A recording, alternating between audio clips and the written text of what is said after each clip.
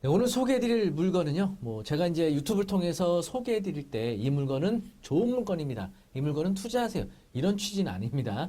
지금 진행 중인 경매 물건들 중에서 어떤 점들을 중점적으로 알아보고 검토해야 되는지 교육 차원에서 설명드리는 거니까 제 영상만 보고 입찰을 참여하시면 안 될 수도 있습니다. 물론 참여하셔도 되고 참여 안 하셔도 되는데 그거는 여러분이 검토해서 여러분의 판단과 선택에 따라 결정하셔야 됩니다. 자, 일단 오늘 소개해드릴 내용은요, 경기 양평군 강상면이라는 곳에 위치하고 있는 토지입니다. 지목은 이제 임야고요. 전체 세 필지거든요. 감정가 27억에서 무려 6번이 유찰돼서 최저가 3억 1,800입니다. 많이 떨어졌죠? 토지 면적은 5,400평이에요. 평당가로 계산하니까 평당 5만 6천 원 정도 됩니다. 네, 굉장히 저렴하죠? 경기도 양평에 있는 토지인데. 네, 자, 그러면 이 토지는 왜 이렇게 유찰이 계속 되고 있는지 함께 분석해서 알아보도록 하겠습니다. 사건 번호 여주 2023 타경 724입니다. 양평군 강상면 신화리. 감정평가 27억 1,047만 9천 원이고요. 현재 최저가 3억 1,888만 6천 원입니다. 토지 면적은 약 5,400평. 매각일 2월 19일입니다. 자, 물건 위치는 바로 여기입니다. 여기가 이제 강상면이라는 곳이죠. 남한강 건너편에 양평군청이 있고요. 그래서 이쪽에 이제 중부 내륙고속도로 통해서 이렇게 내려가는 요 국도 따라서 도로변에 위치하고 있어서 이렇게 교통이 아주 나쁘거나 하지는 않아요. 자, 그런데 이제 물건명세서 보시면 이와 같은 내용이 있습니다. 농지 취득 자격증명 요함 이렇게 돼 있죠. 미제출 시 보증금 몰수, 공부상 전이나 개발 행위 도중 중단된 모습 보임. 자, 일단 여기서 현재 이제 이런 경우들이 많이 있거든요. 그러니까 현재 지목은 아직 농지란 말이에요. 건축이 완성이 되고 사용 승인이 되면 그때 지목이 대지로 전환이 되겠지만 아직 공사 중이기 때문에 지목은 전이란 말이에요. 그러면 이걸 낙찰받으면 낙찰받고 일주일 안에 허가 결정까지 농지증을 제출해야 되거든요. 그런데 현재 개발 중인 토지이기 때문에 농지증 발급이 안 될 수가 있어요. 그래서 이런 경우에는 상당히 이제 괴리가 생기죠. 관할 그 지자체에서는 농지증 발급 안 해주려고 하고 법원에서는 농지증을 제출해야만 허가 결정 내려준다고 하고, 자, 이럴 때는 여러 가지 행정소송도 있고 했는데 사실 이걸 낙찰받기 전에 사전에 관할 농지증 발급 기관을 통해서 이게 어떻게 처리될 수 있는지 좀 확인을 하셔야 돼요. 이거를 그러니까 결국 낙찰받고 원상복구 조건으로 발급받던지 아니면 이 토지는 더 이상 어떤 건물의 형태로 봤을 때 건물이 상당히 지어져서 농지로 복구하기 어렵다고 판단이 되면 반려증을 지급해 주거든요. 농지증 반려증 갖다가 법원한테 제출하면 그거 가지고 농지증 없이 허가 결정을 받을 수 있는데, 이제 잠시 후에 제가 설명드리겠지만 이 토지에는 건물이 아주 상당한 정도까지 건축된 상태는 아니거든요. 그래서 아마도 이거는 원상복구 조건으로 농지증 발급을 요구할 가능성이 커요. 그 부분을 좀 확인하셔야 됩니다. 농지증. 그리고 이어서 보시겠습니다. 흙깎이 공사가 진행되다 중단된 것으로 보이는 바 곳곳에 돌이 드러나 있고 석재, 돌더미, 나무더미가 놓여 있으며 인접토지 경계 부분에 일부 옹벽 공사가 진행된 상태임. 지상에 자생한 임목은 거래 가능에 따라 토지에 포함하여 매각한. 그래서 공사가 중단된 상태를 이제 이렇게 쭉 해준 거고요. 그 다음에 이제 개발 행위 허가 및 건축 신고를 필요하여 공사 진행 중에 있다. 돼 있죠. 허가 내용 및 허가 유효 여부 등 확인 요망, 허가 취소 및 허가 취소에 따른 원상 회복 명령 등 관련 행정상 발생될 수 있음. 이렇게 돼 있네요. 자, 그래서 로드뷰 보시면요, 여기 이렇게 주택가입니다. 이쪽에 주택가인데 보시는 것처럼 뭔가 주택을 지으려고 약간 공사한 흔적이 지금 있죠. 이렇게 공사한 흔적이 있습니다. 자, 저렇게 공사하다가 중단된 상태에서는 항상 문제가 되는 게 유치권이거든요. 주식회사 어떤 회사가 비공개했고요. 유치권 신고를 했습니다. 바로 공사대금 3억 원, 토목공사 및 기반시설, 도급공사 내용, 그 성립 여부 불분명함. 자, 이렇게 토지가 기초공사만 돼 있는 상태에서 중단되고 이로 인해서 유치권을 주장하는 경우에 과연 성립되느냐.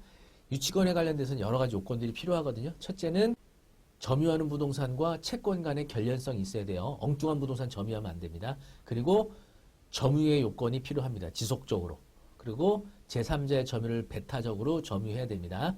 변제기에 도래해야 되고요. 그리고 유치권을 배제하는 특약이 없어야 돼요. 도급계약에. 자, 그리고 또 하나, 또 유치권 관련된 다양한 판례들이 있는데, 보통 이제 건축하다 중단된 상태에서 공사 대금 못 받은 업체가 유치권을 주장하는 경우가 있는데, 이럴 때, 보통 이제 이런 전이나 임야를 개발을 해서 건물을 지을 때는 토목공사 먼저 하죠. 이때, 위에 건축하다가 중단된 그 건물이 독립된 건물, 다시 말하면 지붕과 기둥, 주벽, 이게 지어져 있으면 독립된 건물을 보거든요. 이 정도까지 건물이 건축이 되어 있고 그 부동산을 건물을 점유한다면 이거는 유치권이 성립이 될 수가 있어요. 하지만 독립된 정도의 건물이 없다면 이거는 성립되지 않는데 그 조건은 뭐냐면 이 유치권이라는 것은 해당 물건에 관한 결연성이 있으면 점유를 하는 거거든요. 그런데 도급 계약이 건물을 공사하기 위한 도급 계약이었다면 이런 요건이 충족이 돼야 돼요. 그런데 건물을 짓기 위해서 토지만에 관한 공사를 어떤 특정 업체가 도급 계약을 맺는다? 이건 좀 상황이 다른 거거든요. 위에 독립한 건물이 없더라도 토지만에 관한 도급 계약이었다면 토지를 점유하면서 유치권이 성립될 수가 있어요. 근데 보시면 어쨌든 물건명세서 상에 도급 공사 내용이 토목공사와 기반시설로 돼 있거든요. 이건 제 추정인데 이 3억에 대한 유치권은 성립될 가능성이 있을 것 같긴 합니다. 자, 그런데 또 다른 회사 또 하나 있어요. 12억. 요거는 건물을 짓기 위한 토목공사 비용과 건축 비용. 건물을 건축하기 위한, 그러니까 토목공사 비용 포함해서 건물 짓는 것까지 하는 도급 계약을 12억을 한 겁니다. 이것도 유치권 제출했는데 성립 여부 불분명으로 되어 있죠. 자, 만약에 건물을 건축하기 위한 도급 계약이었고 중단된 상태에서 건물이 독립한 정도까지 건물이 건축이 돼 있고 그 건물을 점유한다면 유치권이 성립될 가능성이 있거든요. 그래서 유치권은 각 사업마다 이게 달리 적용될 수가 있어요. 그런데 이 경매 물건이 워낙 많이 유찰되다 보니까 경매를 신청한 농협이 유치권 신고에 대해서 배제 신청서를 제출합니다. 유치권 인정해주지 마라 이런 취지로. 이따 보여드릴 건데 지금 농협이 이 부동산에다가 대출 한 20억 정도 나간 것 같아요. 근데 최저가 3억대까지 떨어져서 이 농협의 손실이 굉장히 지금 크게 발생될 우려가 좀 있는 겁니다. 자, 이거는 이제 유치권 배제 신청서예요. 농협에서 어디 건설을 상대로 하는 유치권 배제 신청서입니다. 유치권 권리 신고서 내용을 보면 채무자와 요 토지에 대해서 전원주택 조성공사 계약을 체결했대요. 그리고 공사대금 12억에 대해서 유치권 신고를 제출했죠. 이 농협에서 아주 연구를 많이 했습니다. 관련된 판례까지 들어가면서 보시면은 요 이제 대법원 판례에 의하면 경매 개시결정 기입 등기가 되어 압류 효력이 발생한 다음 채무자가 채권자에게 점유를 이전함으로써 유치권 취득하게 한 경우 점유자는 유치권을 내세워 경매 절차의 매수인에게 대항할 수 없다. 이런 거죠. 그러니까 경매 개시 결정이 돼서 압류 효력이 발생했는데 그 이후에 소유자가 채권자에게 그 유치권자에게 점유를 이전해주면 경매 절차에서의 어떤 채권자들이 불이익에 손해를 볼 수 있잖아요. 그렇죠? 그래서 낙찰받은 사람에게 유치권자가 대항할 수 없다. 이런 취지죠. 해당 물건의 경우에는요. 경매 기입 날짜가 2023년 2월 16일인데 유치권자는 그보다 수개월 뒤인 2023년도 8월 3일 공사계약 체결하고 착공은 2023년 10월 1일부터였으므로 그렇죠? 경매 개시 결정 이후에 공사계약하고 착공했잖아요. 이거는 처분금지효에 저촉되므로 유치권 성립되지 않는다. 이런 주장을 하는 거죠. 이거는 농협의 주장인 겁니다. 물론 이제 이게 틀린 건 아니에요. 이게 이제 맞긴 합니다. 그리고 또 다른 이제 유치권에 관한 대법원 판결 보시면 채권이 변제기에 있는 경우에 비로소 성립한다 이렇게 돼 있죠. 변제기가 도래해야 됩니다. 유치권이 성립하려면. 그런데 아래 보시면 경매 개시가 2023년도 2월 16일이고 2023년 8월 3일 처음 공사계약을 체결했다. 그래서 공사대금의 변제기가 도래하기는커녕 발생조차 하지 않았다. 경매 그 개시결정. 근데 요거는 약간 좀 주장의 포인트가 좀 달라졌어요. 유치권을 주장하려면 변제기가 도래해야 되는 건데 이 그 공사대금에 대한 변제기가 언젠지는 지금 안 써 있거든요. 변제기가 도래한 때 유치권을 주장하면 되는 거라서 사실 요거는 약간 이제 주장이 좀 약하고요.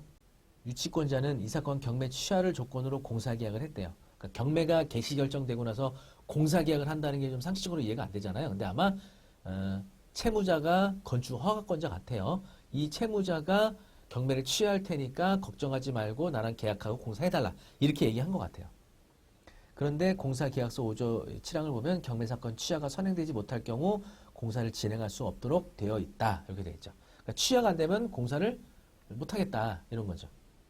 그런데 아직까지도 경매사건 취하되지 않고 사건 공사는 진행되지 못했던 것이고 공사를 한 적도 없음에도 불구하고 공사를 하지도 않았나 봐요. 근데 마치 12억 공사를 다 한 것처럼 유치권 신고하고 있는데 이거는 경매 방해죄에 해당할 수도 있다. 근데 이거는 이제 농협의 주장인 거죠. 그래서 공사에 실지 안 했는지는 현장 가서 봐야겠죠. 그리고 이제 점유에 관한 문제인데 유치권은 또 점유는 성립요건이자 존속요건인데 점유가 인정되려면 대상 물건을 상주하면서 관리하거나 경비업체 용역 계약을 체결해서 경비시켜야 하는데 그리고 주된 출입구에 시건장치를 하고 열쇠를 소지해야 한다.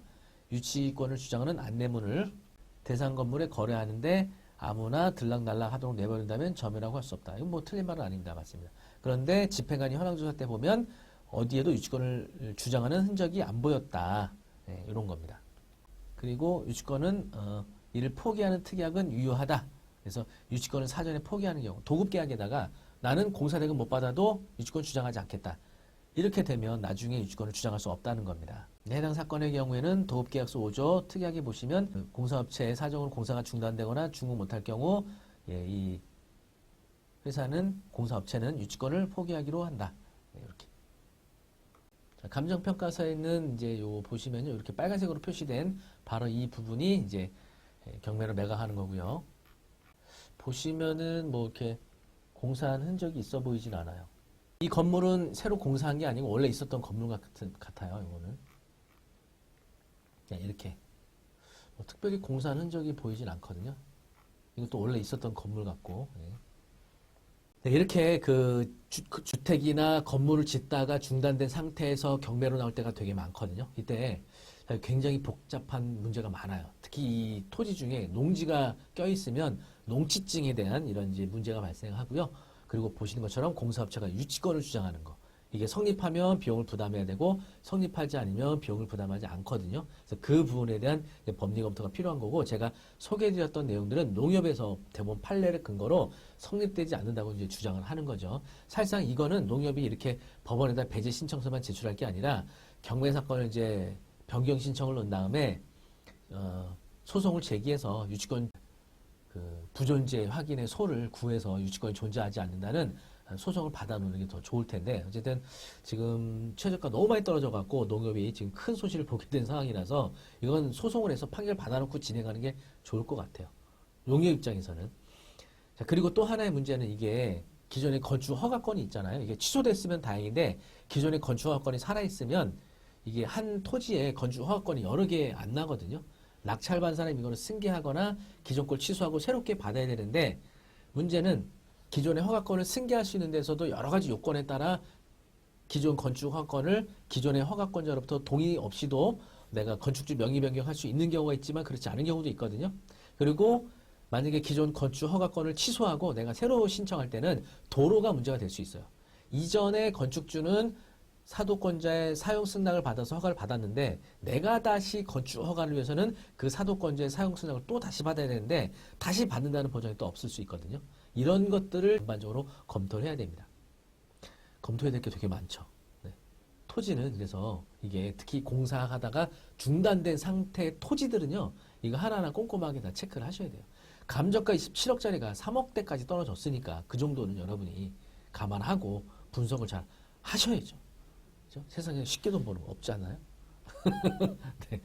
어쨌든 경공매 관련돼서 여러분이 궁금한 사항 있으시면요. 네이버 카페 박초로의 경매 아카데미 오시면 다양한 경공매 정보 그리고 궁금한 사항들 Q&A 게시판에 질문 올려주시면 답변도 드리고 있습니다. 다음에도 더 좋은 물건 정보로 찾아뵙겠습니다. 감사합니다.